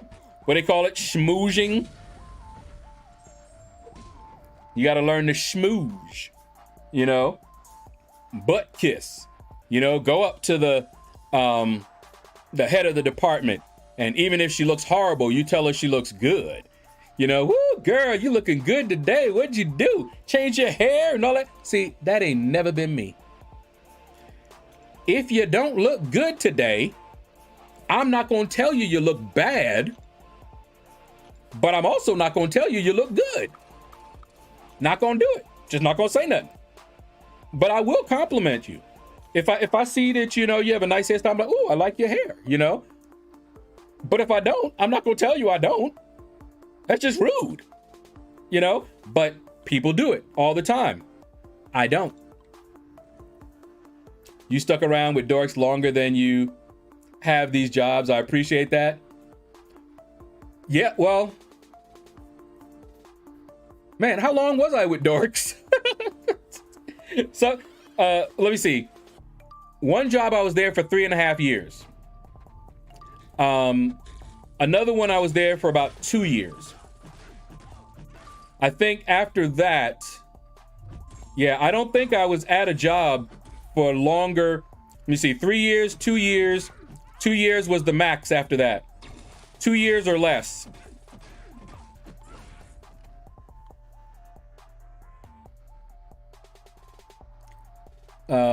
Incursions, anyone? I want to hopefully do all of Zone 7. MCOC posted. Anybody want to do it with him? Yeah, I'm not into being fake. I just keep quiet. Exactly. And the question I hate the most, don't ask me a question when you're going to get your feelings hurt with the answer. Don't do it. Do I look fat? Does this dress make me look big? Don't come to me with these questions. Don't ask me. If you're going to get your feelings hurt, if you know that you done stuffed yourself into that dress and you know that's not your size, don't come to me asking me about how you look and whether you look fat and all that stuff. Don't do it. And then get pissed at me when I answer you. A lot of times, when they ask me that question, I'm just like, I ain't answering that. I tell them point blank, I ain't answering that. I said, go find somebody else to answer that. Nope. You've never complimented me on my hair. Oh, you have wonderful hair, Big Blue. I remember you went to Dorks not more than 1.5 years to 2. Yeah, I was in Dorks longer than some of the jobs.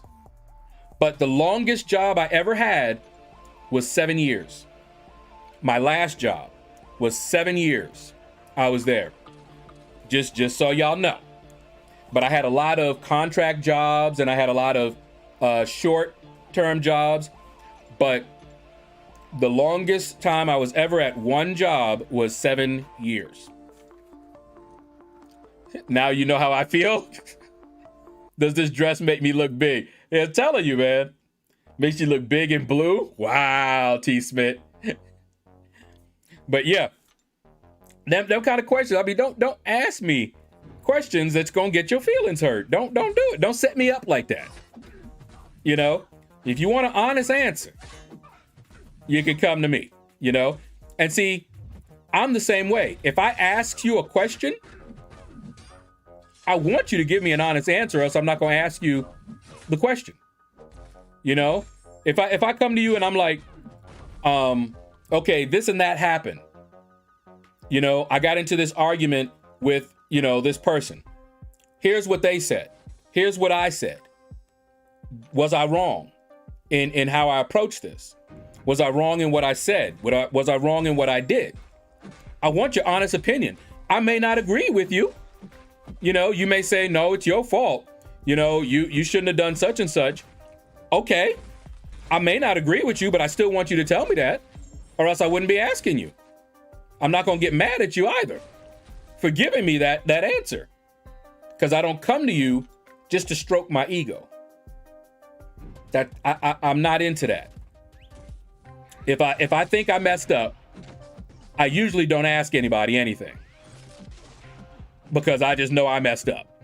But if I'm honestly not sure, you know, if somebody responded in a way that really confused me, you know, which happens.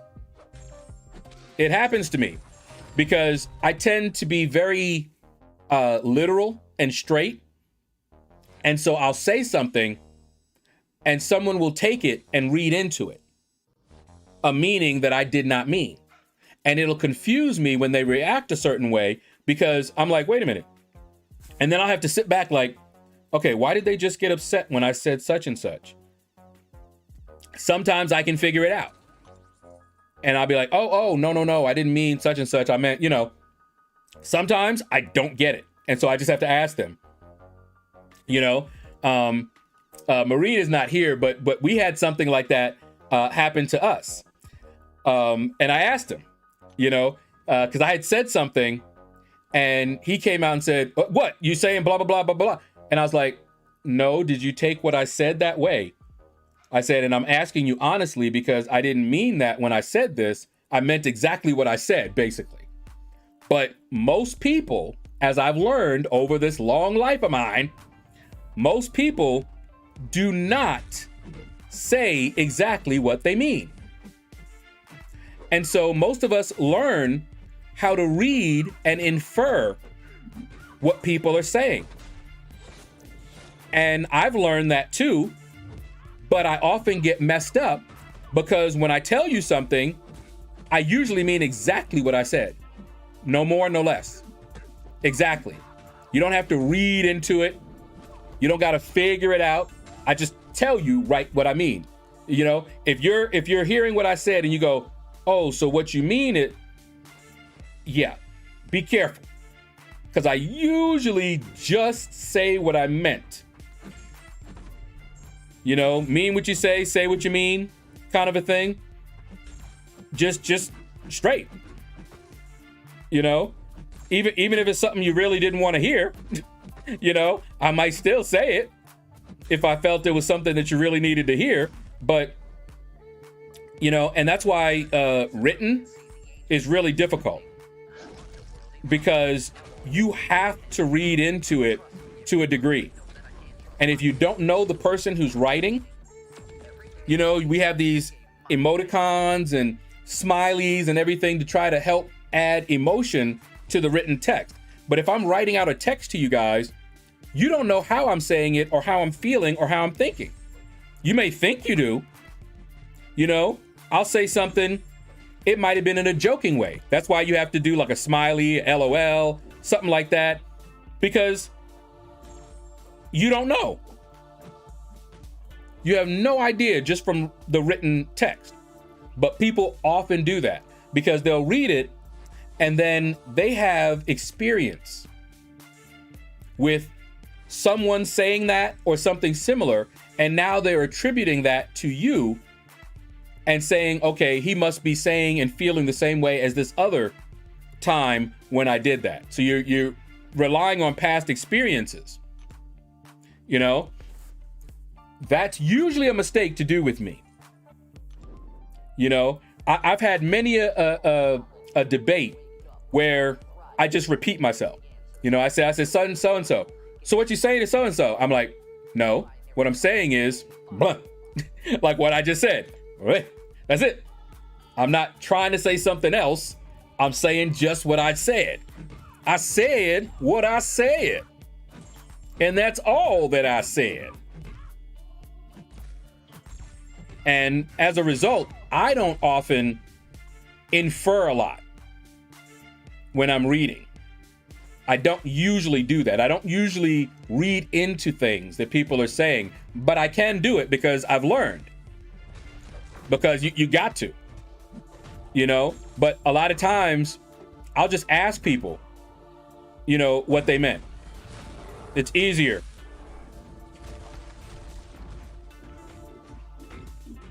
It's easier to just ask and find out, you know?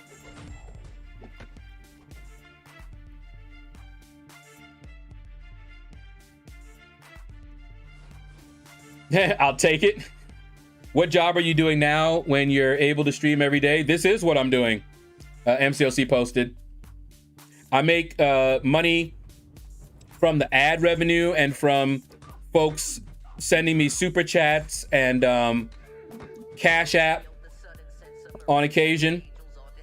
It's not enough yet to, you know, say that I'm making a living and, you know, being able to pay for a whole bunch of stuff. But the situation that I'm in right now, I rent out a couple of rooms, and that takes care of our mortgage. And my sister also rents here, and my mom and my stepdad are also here, and they both get Social Security. And so I'm able to help out in a small way. And both me and my sister are about to go into more YouTube stuff. And we actually I don't need a lot, believe it or not.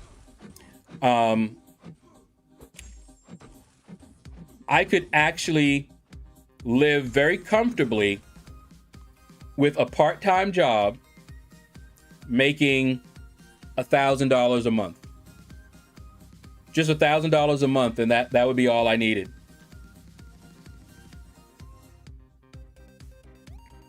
But yeah, so that's what that is what I'm doing right now, and hopefully our new venture, it's going to be a new channel, and we're going to be doing new content. Will blow up even bigger than this one, because I'll be playing different games. We'll be doing reaction videos. We'll be talking about anime. You know, we'll be doing a lot of different things on a channel that we're going to do together. And depending on how well that does, that might just be what I do full time.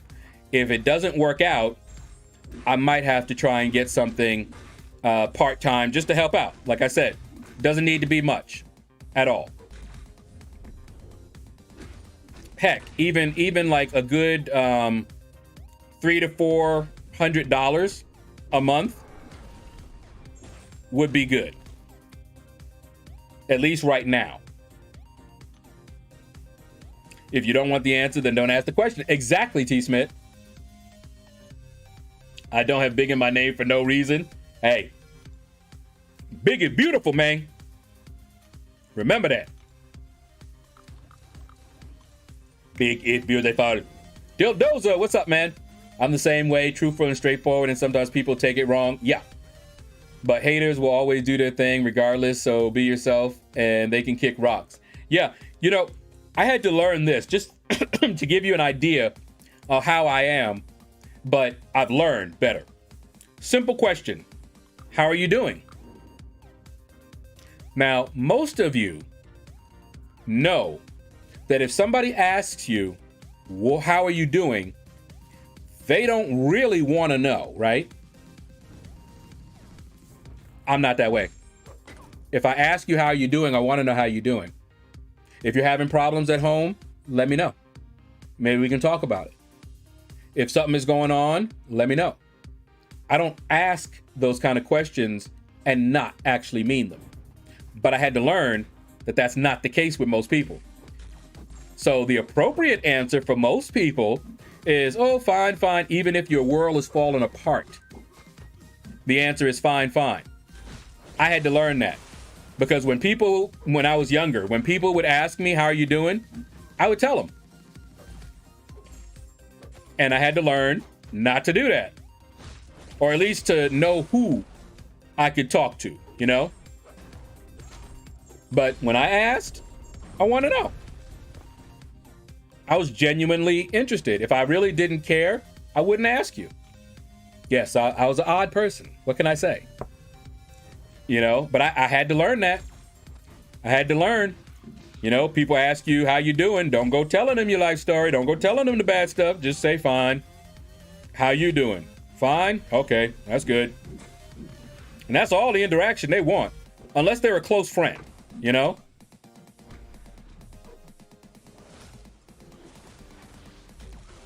Wow, why couldn't I evade that? Weird.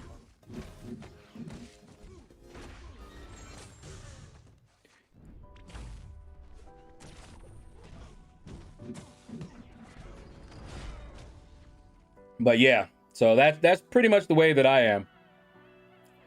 Ooh. I'm just going on and on. All right, guys. That is going to do it for today. I just looked over and was like, oh, man. Been running my mouth. Look what time it is. Don't go anywhere.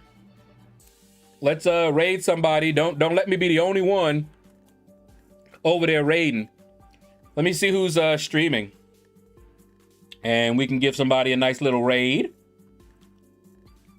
What? Is that why? I was wondering. I saw fewer people than usual.